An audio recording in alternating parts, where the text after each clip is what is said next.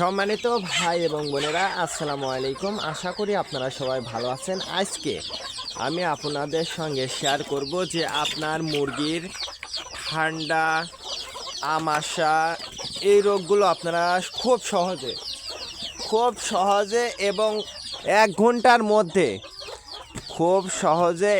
1 ঘন্টার মধ্যে আপনারা কিভাবে আপনার দেশি মুরগিগুলোকে সুস্থ করবেন সেটা আমি আপনাদের সঙ্গে বিস্তারিত শেয়ার করব। অবশ্যই আপনারা ভিডিওটা না টেনে শেষ পর্যন্ত দেখবেন, তার কারণ আমি 1 ঘন্টার মধ্যে যদি আপনার মুরগির ঠান্ডা এবং আমাশা রোগ কিভাবে সুস্থ করবেন ঔষধ সহ আমি আপনাদেরকে দেখাবো। অবশ্যই আপনারা ভিডিওটা না টেনে শেষ পর্যন্ত দেখবেন।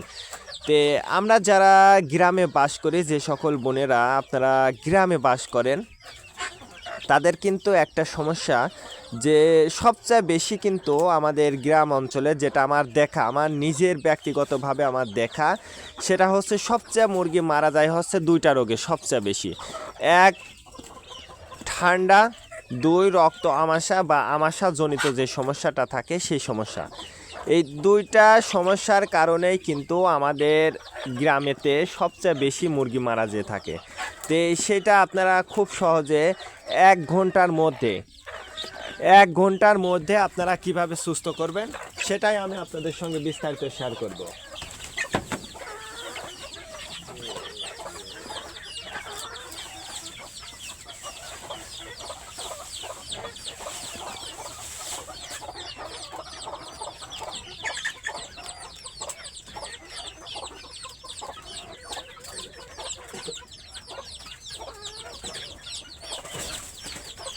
তে আমরা আমার মুরগিগুলোকে আমি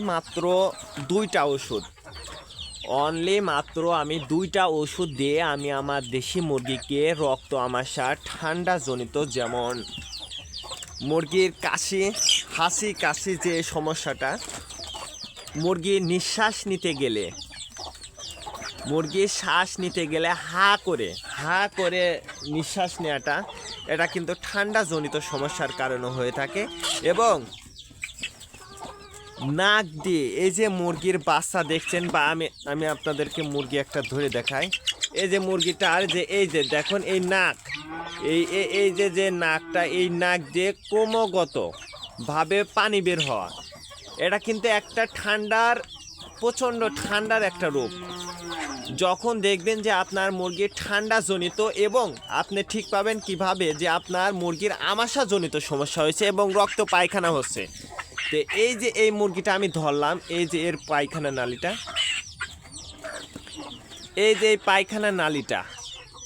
এই পায়খানার নালীটার এই সাইড দিয়ে দেখবেন যে লাল রক্ত লেগে আছে, বা চুনা পায়খানা কিন্তু লেগে আছে। তো এই চুনা পায়খানা এবং লাল রঙের যে রক্ত পায়খানা বা আমাশা, আমরা যেটাই বলি না কেন, এটা কিন্তু খুব মারাত্মক একটা রোগ। আর এটা হলে কিন্তু আমাদের গ্রাম অঞ্চলে সবচেয়ে বেশি মুরগি মারা যায়, এবং মুরগিটা ঝিমায় খুব সহজে, এবং মুরগিটার যে অবস্থা হয়, অর্থাৎ মুরগিটা খুব দুর্বল হয়ে যায়, ঝিমাতে খাবারটাও কিন্তু ঠিক মতো খায় না। তো এই ঝিমানোর ফলে মুরগিটা কিন্তু বেশি দিন বেঁচে থাকে না, মুরগিটা খুব সহজে মারা যায়। এবং এই রোগটা আপনারা মাত্র 1 ঘন্টার মধ্যে আপনারা আপনার মুরগিগুলোকে, এই ঝিমানো, ঠান্ডা, আমাশা এই রোগগুলোকে আপনি কিন্তু একেবারে সহজেই আপনি সুস্থ করতে পারবেন 1 ঘন্টার মধ্যে।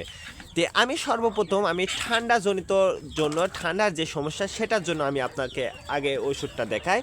সেটা হচ্ছে বঙ্গভেট।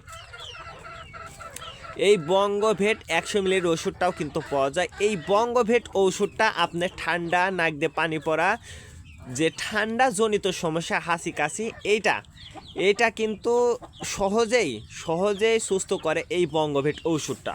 এটা আপনারা আপনার মুরগিকে দেবেন। তারপরে আমাশা, রক্ত আমাশা, যে আমাশাই হোক না কেন, মাত্র একটা ওষুধ দেবেন। এই ওষুধে আপনার মুরগি সুস্থ হয়ে যাবে। তো সেটা হচ্ছে কক্সিকে। এটা 100 গ্রামের প্যাকেট পাওয়া যায়। আপনারা এই কক্সিকে ওষুধটা 100 গ্রামের যে প্যাকেট, ওই প্যাকেটটা আপনারা কিনবেন।